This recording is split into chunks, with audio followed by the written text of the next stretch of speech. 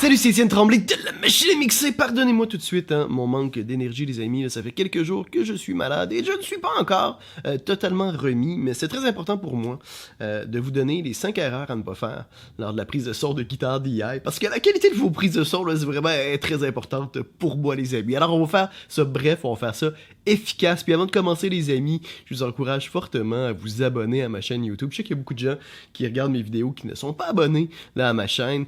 Mais si vous appréciez mon contenu, c'est vraiment le meilleur coup de pouce que vous pouvez faire, c'est de vous abonner à ma chaîne. Merci beaucoup, les amis. Alors, la première erreur à ne pas faire, c'est d'enregistrer trop fort. C'est vraiment l'erreur la plus courante. Puis c'est facile à faire, surtout si, si vous monitorez votre entrée post-fader ou post-plugin.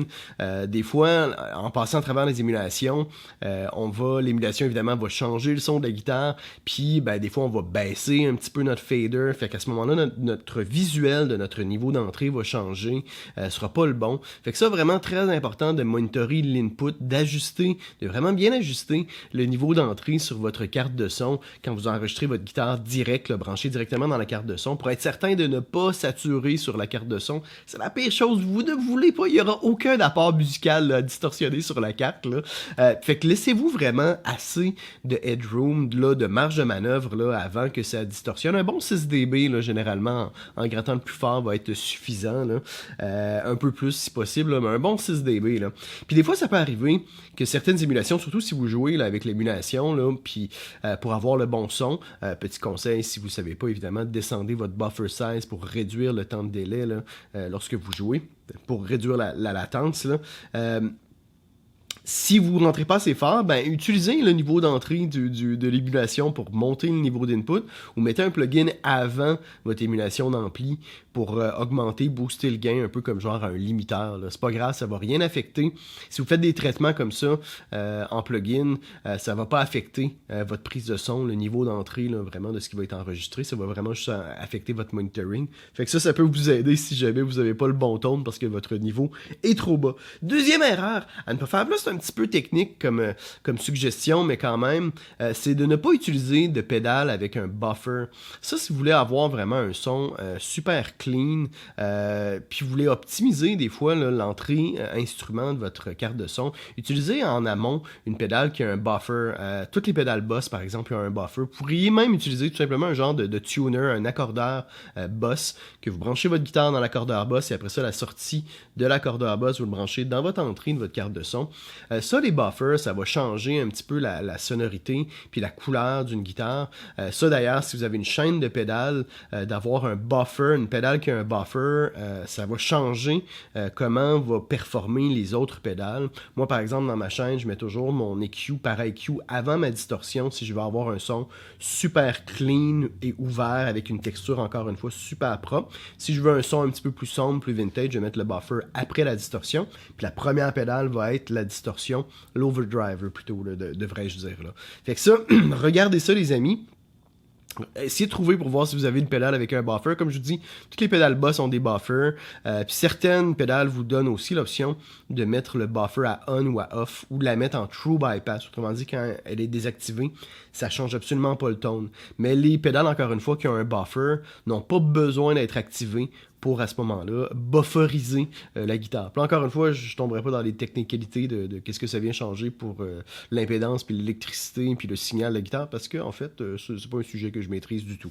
Fait que voilà, deuxième erreur à pas utiliser, de pas utiliser un buffer. Troisième erreur, c'est de ne pas pivoter sur soi-même pour ajuster le bruit de fond.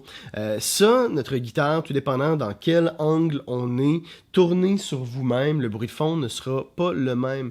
Fait que mettez par exemple une émulation d'amplificateur avec une distorsion, ce qui va craquer, ce qui va augmenter vraiment le noise, le bruit de fond, et essayez de trouver le sweet spot où vous avez le moins de bruit de fond possible. Puis à ce moment-là, gardez-la en tête puis essayez d'enregistrer toujours dans cet angle-là.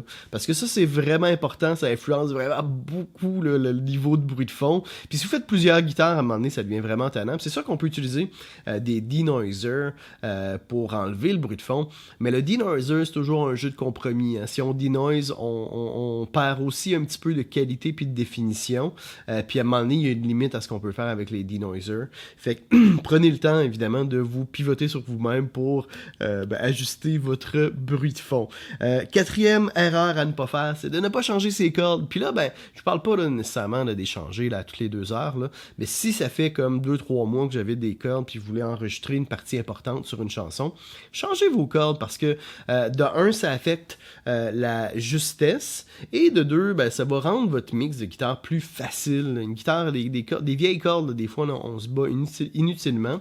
Ça affecte aussi le sustain, l'ouverture, le contenu harmonique. Fait que vraiment, là, mettez des cordes neuves, puis choisissez aussi des bons types de cordes. Moi, j'ai longtemps utilisé des D'Addario XL 110 qui sont vraiment c'est un standard, là, vraiment de l'industrie. Là. C'est des 10-46. Là, après ça, le gauge, la grosseur, il y a un côté personnel là-dedans, mais les D'Addario sont comme un classique.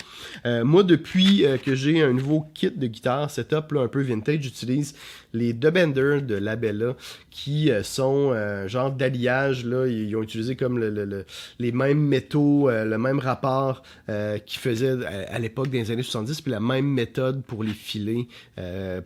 Bref, son vintage, super beau contenu harmonique. Moi, vraiment, j'adore ces cordes-là. Fait que si vous voulez avoir un son vintage, essayez ces cordes-là. Puis après, il y a plein d'autres marques de cordes qui valent la peine des fois d'être essayées. Faites l'expérience des fois d'essayer différents types de sets de cordes. Vous pourriez être surpris quand même de la différence des fois que ça peut faire de juste changer les cordes sur une guitare électrique. Et cinquième et dernière erreur, les amis, c'est de ne pas choisir le pic en conséquence de la partie qui est jouée. On a tous des pics préférés. Là. Moi, c'est entre autres le Tortex là, jaune, là, comme ça, qui est mon préféré pour la guitare électrique. Mais parfois, si, mettons, je fais une partie qui est note à note, je vais avoir intérêt à plutôt prendre un petit pic jazz, un petit peu plus gros, un peu plus épais, qui va donner un petit peu plus de viande, puis de basse fréquence aux notes à note. Fait que des fois, ça vaut la peine de changer. Puis, à l'opposé, moi, j'ai vu ça aussi quelques fois. Des fois, des gens utilisaient des petits pics jazz comme ça pour faire du strumming. Des fois, on se ramasse avec beaucoup de sons d'impact de pic, là, beaucoup de schlick et schlick de pic. Fait que ça, des fois, c'est pas idéal. Fait qu'à ce moment-là, changer. Essayez expérimenter avec différents types de pics, tout dépendant du contexte dans lequel vous êtes. Encore une fois, c'est une façon en amont d'ajuster la sonorité en conséquence du contexte dans lequel vous êtes pour faciliter par la suite votre travail de mix par la suite. Fait que voilà les amis, j'espère que vous avez apprécié cette brève capsule. Moi je vais aller retourner me coucher, question d'être totalement remis la semaine prochaine. On l'espère les amis. Mettez un petit pouce bleu si vous avez apprécié cette capsule. Abonnez-vous encore une fois à ma chaîne YouTube, c'est vraiment super apprécié si vous le faites. Et puis n'hésitez pas à partager mes vidéos. On se retrouve la semaine prochaine. C'est Étienne Tremblay pour La Machine à Mixer.